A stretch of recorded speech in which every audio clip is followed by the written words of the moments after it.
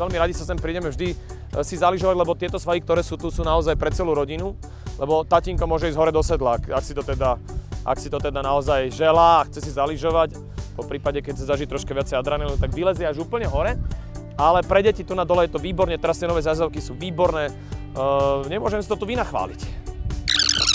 Do Tatier sa totiž nechodí pracovať, do Tatier sa chodí oddychovať, relaxovať a hlavne sa sem chodí lyžovať, pretože to je naozaj jedna z mála bášť snehu na Slovensku ešte dnes. A keď raz zomriem a tu bude stať iný človek, tak ja ho budem chodiť strašiť, toho druhého moderátora, ktorý príde moderovať za mňa, či Snežné psy, alebo medvedie dni. Skrátka prosto to sú moje festivaly